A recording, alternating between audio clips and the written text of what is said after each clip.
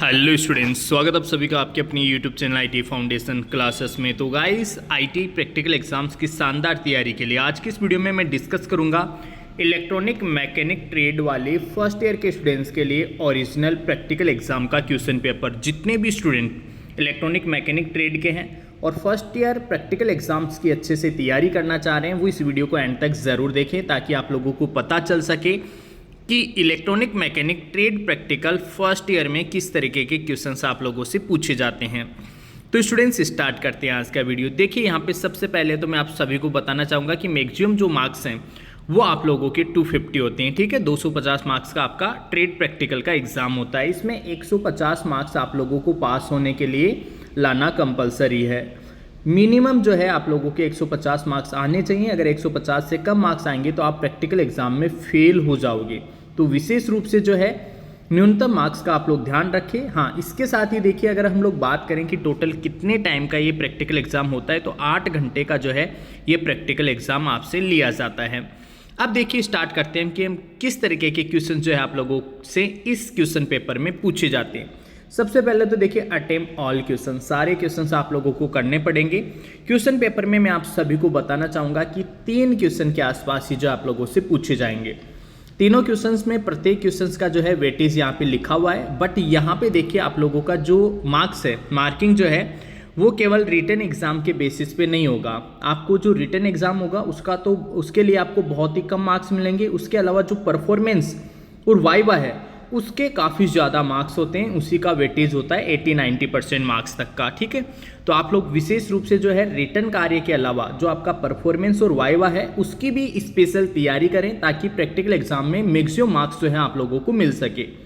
अब देखिए, अगर हम लोग बात करें कि इस क्वेश्चन पेपर में पूछे गए फर्स्ट क्वेश्चन की, तो फर्स्ट क्वेश्चन था identify the terminal and testing of various active and passive components. अब देखो यार, यहाँ पे एक्टिव कंपोनेंट्स की अगर हम बात करें तो एक्टिव कंपोनेंट्स में आप लोगों के जो इलेक्ट्रॉनिक डिवाइसेस है, जैसे मान लो ट्रांजिस्टर है। ठीक है, ट्रांजिस्टर एक क्या है, एक्टिव डिवाइस है। इसके अलावा आपका जो SCR है, थायरिस्टर है, ये एक्टिव डिवाइसेस कहलाती है। और पैसिव डिवाइसेस की बात करें तो पैसिव डिवाइसेस में आप लोगों का R, L और C आ जाता है। मतलब रेसिस्टर, इंडक्टर और कैपेसिटर जो है वो पैसिव निष्क्रिय कंपोनेंट में आ जाता है। एक्टिव को सक्रिय बोलते हैं, सक्रिय में मैंने कहा ट्रांजिस्टर। ठीक है, स्पेशली जो है ट्रांजिस्टर आप लोग याद रखिएगा। एक्टिव सक्रिय घटक, ठीक है, सक्रिय कंपोनेंट। और पैसिव कंपोनेंट के अंतर्गत जो है RLC याद रखेगा। Draw the symbols of each at least 5 active 5 passive. अब देखो, 5 एक्टिव और 5 पैसिव कंपोनेंट के बारे में पूछा है यहाँ पे। तो 5 एक्टिव कौन कौन से बताओगे आप यहाँ पे transistor, IGBT, diac, triac, thyristor. ठीक है, और सेल और बैटरी जो होते हैं वो भी एक्टिव डिवाइस ही होते हैं एक तरीके से। ठीक है, सेल, बैटरी, तो ऐसे करके 5। अब यहाँ पे इधर वाले पैसिव कंपोनेंट्स में भी आप लोगों को 5 लिखने, तो RLC। इसके अलावा आप जैसे ट्रांसफार्मर है, इसके अलावा जो बल्ब है, ठीक है, ये पैसिव कंपोनेंट ही है। जो विद्युत खर्च करते हैं, विद्युत को कंज्यूम करते हैं, वो पैसिव कंपोनेंट कहलाते हैं। ठीक है, इसके बाद में देखो, अगर हम लोग बात करें नेक्स्ट क्वेश्चन की, क्वेश्चन नंबर 2, तो क्वेश्चन नंबर 2 में यहाँ पे दिया गया है connect given any 3 resistor in parallel. 3 प्रतिरोधों को आपको पैरेलल में कनेक्ट करना है और टोटल रेजिस्टेंस उनका कैलकुलेट करना है। प्रत्येक के लिए आपको वोल्टेज और करंट जो है वो भी कैलकुलेट करना है। कब कैलकुलेट करना है? जब आप लोग उसको 10 वोल्टेज सप्लाई से कनेक्ट करोगे। तो 3 प्रतिरोध लेने हैं, 3 प्रतिरोध। ठीक है, वो डिपेंड करेगा एग्जामिनर किस मान के देंगे। तो 3 प्रतिरोध आपको दिए गए, उनको पैरेलल में कनेक्ट करोगे और फिर उसको जो है 10 वोल्टेज सप्लाई से आप लोग कनेक्ट करोगे। उसके बाद में आप लोगों को प्रत्येक के लिए जो है जैसे करंट कितना जाएगा, ठीक है, मान लो ये R1 है तो R1 में I1 कितना करंट जाएगा, R2 में जो है I2 कितना करंट जाएगा, R3 में कितना जाएगा, और यहाँ वोल्टेज कितना रहेगा। आप देखो यार, पैरेलल में कनेक्ट कर रहे हैं तो वोल्टेज तो जो है 10 वोल्ट ही रहेगा। वोल्टेज सभी के सिरों पे जो है, सभी टर्मिनल्स पे जो है 10 वोल्ट ही आएगा क्योंकि पैरेलल में है।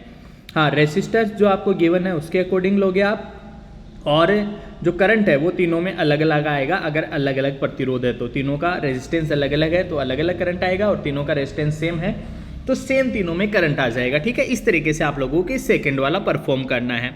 थर्ड क्वेश्चन जो है उसमें आप लोगों को देखो IC 7805 से रिलेटेड आपकी क्वेश्चन आया है। ये IC वाला क्वेश्चन तो 100% जो है हमेशा हर बार पूछा जाता है।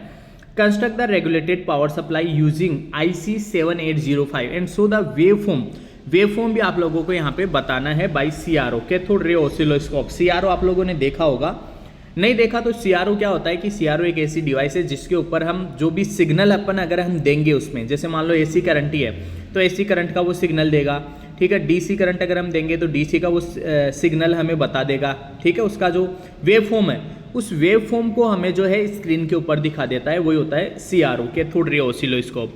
तो इस तरीके से जो है आप लोगों का इलेक्ट्रॉनिक मैकेनिक फर्स्ट ईयर का ये क्वेश्चन पेपर रहने वाला है। ऑलमोस्ट ऐसा ही क्वेश्चन पेपर आप लोगों को आपके प्रैक्टिकल एग्जाम में देखने को मिलेगा। जितने भी students electronic mechanic trade first year का प्रैक्टिकल एग्जाम देने वाले हैं, सभी स्टूडेंट्स से मैं कहना चाहूँगा कि इसका रिटर्न कार्य जो है, लिखने का जो तरीका है वो आप लोग अच्छे से प्रिपेयर कर लीजिए। उसके अलावा इसका जो वाइवा है वो भी आप लोग अच्छे से कीजिए। वाइवा में काफ़ी अच्छे क्वेश्चंस आप लोगों से पूछे जाएंगे, वाइवा मतलब मौखिक एग्जाम। इसके अलावा परफॉर्मेंस मतलब आपको सर्किट बनाकर दिखाना पड़ेगा, उसको चालू करके दिखाना पड़ेगा। जैसे CRO है तो CRO से जो है IC 7805 जो है वो कनेक्ट करे, फिर जो सप्लाई उससे जो वेवफॉर्म मिलेगी उस वेवफॉर्म को दिखाना पड़ेगा। यहाँ पे जो है जो पैरेलल में रेसिस्टर्स जो है वो रेसिस्टर जोड़ के आप लोगों को बताना पड़ेगा। ये होता है परफॉर्मेंस के अंतर्गत, ठीक है, क्रियाविधि आप बोल दो, ठीक है उसका।